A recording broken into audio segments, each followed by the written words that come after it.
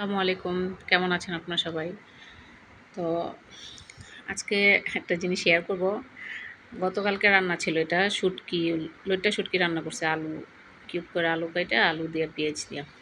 তো সম্পূর্ণ রান্না তারপর আলু, রসুন, পেঁয়াজ ছিলা থেকে শুরু করে রান্না পর্যন্ত সম্পূর্ণ আমার বড় ছেলে রান্না করছে। আমি ওকে বলে দিছি, ও আর কি রান্না করছে। কতটুকু লাগবে কালকে।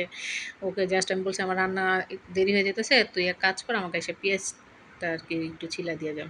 তো পেঁয়াজও ছিলছে, রসুনও ছিলছে, আলহামদুলিল্লাহ রসুনও অনেকগুলি ছিলা হয়েছে। তা আমি আবার শাক রান্না করতেছিলাম, ডাল রান্না করতেছিলাম। তো বলে, তাহলে দাও আম্মু, তুমি বলে দাও, আমি রান্না করি। ও আচ্ছা, ঠিক আছে, ওকে কর। তো আলহামদুলিল্লাহ মানে বলে দিছি, ও রান্না করছে। তো এই তো আমার বড় ছেলে টুকটাক করে, আমাকে হেল্প করে। আমার ৩ ও ছেলে আলহামদুলিল্লাহ হেল্প করে। আমার মেয়েও হেল্প করে। যখন যেটা বলি তখনই ওটা আমাকে কইরা দেয়। কিন্তু রান্নার কাজে কখনো ডাকি না। দেখা গেছে ওরা করতে চায় আরকি। তো আমি কখনোই ডাকি না যে এটা কর, ওটা কর। তো এখানে আসার পরে আবার এখানে চুলা হলো অটো সিস্টেম।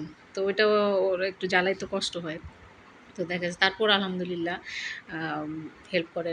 ঘর-টর গোছায়, বিছনা গোছায়, কাপড়-চোপড় করে, নিজের কাপড় নিজে ধোয়। সবই টুকটাক করাই। কারণ ছেলে মানুষ, করতে হইব। আর আমি যেহেতু এখানে একা থাকি, আমাকেও হেল্প করতে হইব টুকটাক। ওর বাবা আমাকে হেল্প করে অনেক। তো এই আরকি আস্তে করে রান্না করতেছে। আ ডাল বসাইছিলাম পাশের চুলায়, তো বলতেছে, "আম্মু ডাল গুঁটা দিবা কখন?" তা আমি বলি, "ডাল মাত্র বসাইছি, বলক আসবে, ডাল গলবো তারপরে। হলুদ-টলুদ দিব তারপরে।" তো বলে, "আচ্ছা ঠিক আছে।" তো ফাঁকে আমি আবার ওর ভিডিও নিতে যেতেছিলাম, ও নিতে না করতেছে যে, "আম্মু আমাকে নিও না।" তো এই তো আলহামদুলিল্লাহ রান্না করতে মনে করেন যে পুরাটাই রান্না করছে।